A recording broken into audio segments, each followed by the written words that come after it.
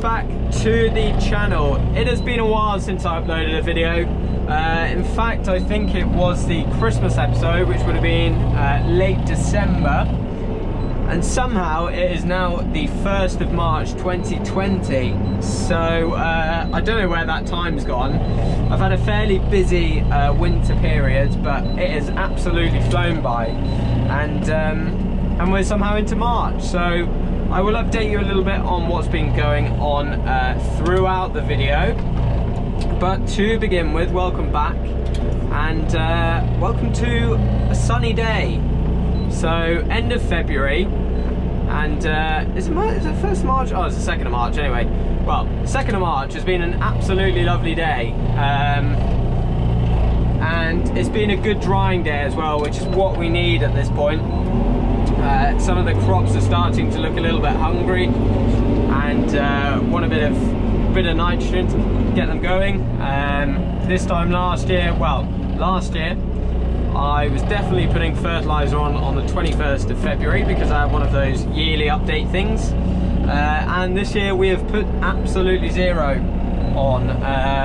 Just frankly haven't been able to get on the land, and you know, it's pretty much been raining the whole time, and if it's not raining, it's been windy as anything. So thank you Storm Kira, thank you Storm Dennis, but hopefully now March is looking slightly up, at least this week is, so there is potential that we'll be putting a bit of fertiliser on, and we also need it to dry up for the spring drilling as well. So spring beans to go in, and we got about 700 acres of winter wheat in the end out of about 1,000.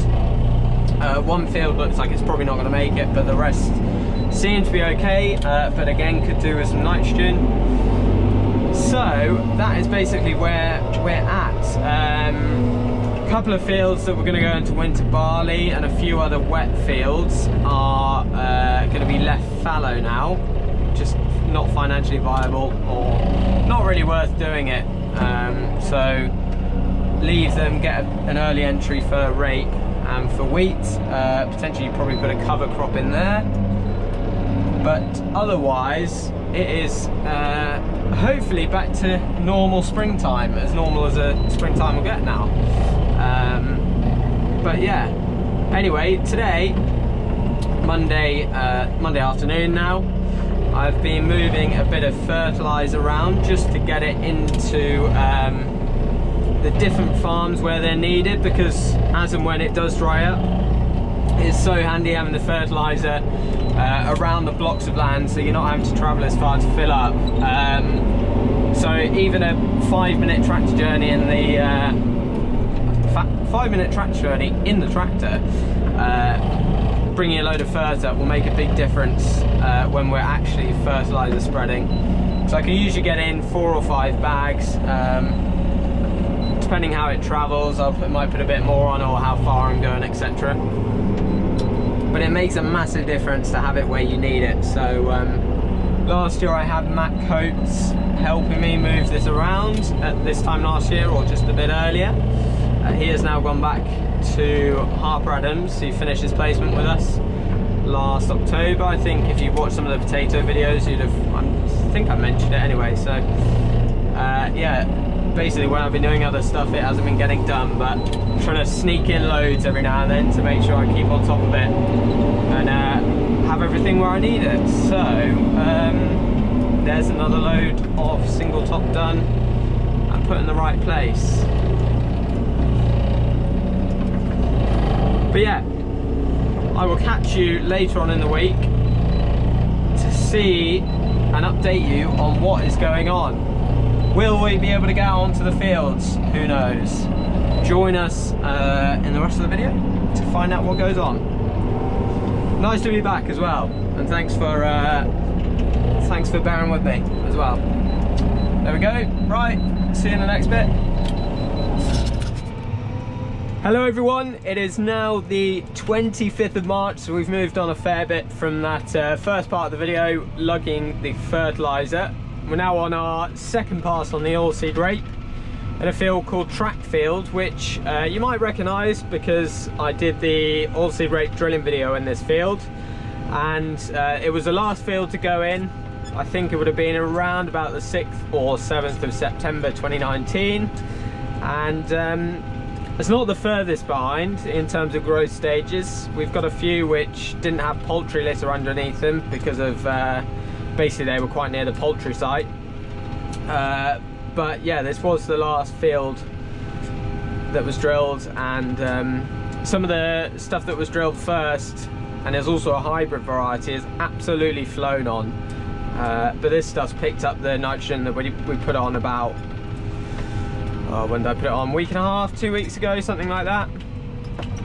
So the crop is definitely moving now, and finally we get some sun as well. It is Wednesday and we've had sun since Saturday and no rain, so that is 5 days, which is quite incredible considering how wet it was in winter, and I'm sure everyone, particularly in the UK, can understand just how wet and horrible it's been. And quite frankly, I wasn't doing a massive amount on the farm. I mean, doing lots of little odd jobs, bits in the office and stuff like that, but hasn't really been since the last two and a half, something like that, weeks that I've actually been out doing the fert spreading.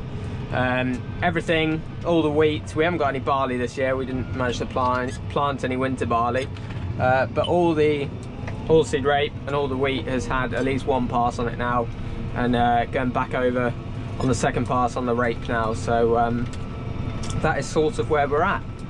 Matthew is up there, you can't quite see him, but he's up there drilling beans today, up on that field. I think that's called Dark Hill. What else we got? John is ploughing, Raphael sumoing in front of Matthew, and Paul is down in the orchard basically sorting the headlands out, because as you saw from the side ripple videos, the headlands got a bit of a beating, just with the trailers and the traffic, etc. So I'm sure Paul is doing a grand job at restoring those. Anyway, a lot has happened since the last video, none more so than the dreaded coronavirus, which I think was first reported in December 2019, and 3 months later we're basically, well, the whole world is pretty much on lockdown. Boris Johnson basically announced on, it would have been Monday night, so 2 days ago rather, that we were sort of going into this lockdown. And on the farm we've been quite fortunate, just on the fact that now it's got busy, we are pretty much isolated anyway. I waved at Raphael this morning, but I have not seen anyone else. You just sort of get up. Actually, no, I saw John first thing as well. Waved at him as I drove in. But we're sort of all in our own places, all in the cabs. And therefore, at the moment, we're able to carry on as normal.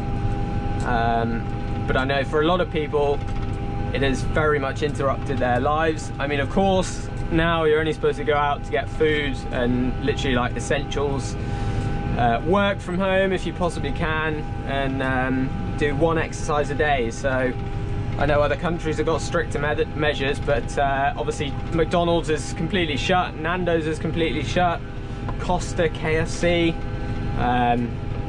so it is a kind of bizarre time really, but yeah, onwards, and we can only sort of do our best to stay safe. I mean, I suppose our greatest problem on the farm is the Manitous, in terms of I'm using it for fertiliser, Matthew's got it for beans, you know, Paul's going to want it down the orchard for picking up the prunings, and we're sort of having to be extra cautious with those, potentially wearing the blue nitrile gloves, using the heavy duty hand wipes and stuff, just to try and do our best to limit it. When we do have bake time, as we call it here, or break time, you know, we're not sitting in the break room anymore. We are just sort of standing up, staying 2 meters away. I saw someone on Twitter yesterday who they're not out on the fields yet, but they're all being sent to their own tractors to have lunch, which would definitely be quite lonely, but it's the measures that, you know, we've had to go to. And Another farm I saw on Facebook has basically asked all visitors to phone ahead and not turn up unexpected. I know some of the machinery dealerships aren't now allowed out on farms other than literally deliver it, drop the keys off and you know, go away. They can't do the demos anymore. Fuel, diesel, etc., ag chem, all the worries, so trying to stock up on those. And you know, obviously can't have the agronomist in the office anymore. It's sort of, yeah, it's a funny old time. But I'd be interested to know what other farms are doing, what sort of measures they've put in place. You know, farms are communal areas, but at times it can be quite isolating as it is now, which is working in our favour, funnily.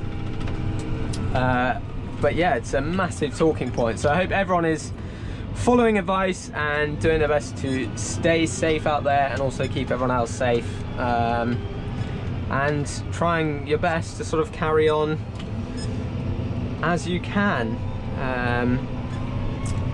So yeah, I mean, what else? I mean, the sort of NFU stuff. I went to NFU conference, which was at the end of Feb, and then we were supposed to go to a farmers rally thing today. You may or may not have seen that in Farmers Weekly. That's obviously been cancelled. That was supposed to be today in London, actually. But also loads of stuff's been cancelled. Obviously all the sports being cancelled, and then farming wise, all the, you know, Royal Welsh, 3 Counties show, loads of stuff has been cancelled. I imagine that there'd probably be an announcement on cereals, whether, I mean, I'd definitely be keen to go to that if it's safe to do so and going ahead, but I think the likelihood is probably going to be cancelled. I mean, I haven't seen anything on it yet, unless it already has been. But yeah, it is a worry. It's definitely a worry. But yeah, we carry on fertilising at the moment. So yeah, let me know how you're faring up in this in this weird world at the moment. But yeah, otherwise, sorry it's taken a little while to do videos. I like doing stuff when I've got things going on, but I mean, having said which, I had quite a busy winter period. I never found myself at a loose end. I can definitely confirm that. Although the state of the cab, you might think otherwise, because I've been scouring the internet. There's a Facebook group called something like Clean Tractor Cabs and Modifications. I've seen loads of people have been doing this, using this chrome stuff with these bottle holders as well, so I decided to invest in those. So I got them off eBay, and then the chrome from the Chrome Northwest website. It was 3 bottles for £15. So I got the pink one, the Mega Clean, and the glass cleaner as well. And yeah, the Mega Clean's all right. I thought the pink one is particularly good. So yeah, interested to hear if anyone else has used those products or uses something else. Also got a bit of rubber mat, which I've cut to the shape for my boots, and also got the carpet back in, so which makes a big difference actually. It feels more homely, and when you consider you're spending, well, at the moment something like 12 or 13 hours in the tractor cab, it's I think it's worth investing the time and doing so, even though it means taking your boots off every, well, I suppose it's only every hour anyway, so I haven't really got anything to complain about. But yes, so we will carry on for spreading. There are some wet places around the area. There were 2 ex-spud fields we had up near Lempster, which went into wheat.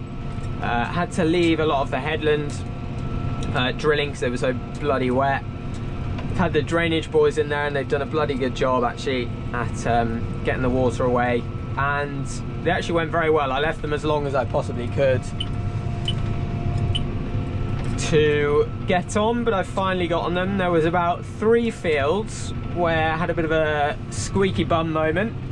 I thought, are we getting stuck? Am I gonna have to call someone out? Which would have been quite embarrassing. Also, yeah, all 3 were by a main road.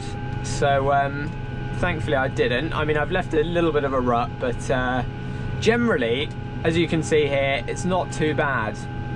And this is probably some of the worst stuff. The wheat that went in, incredibly, obviously went in with a combi drill, no pre-em or anything, so no, aka like no tracks pre-hand, but they went very well actually.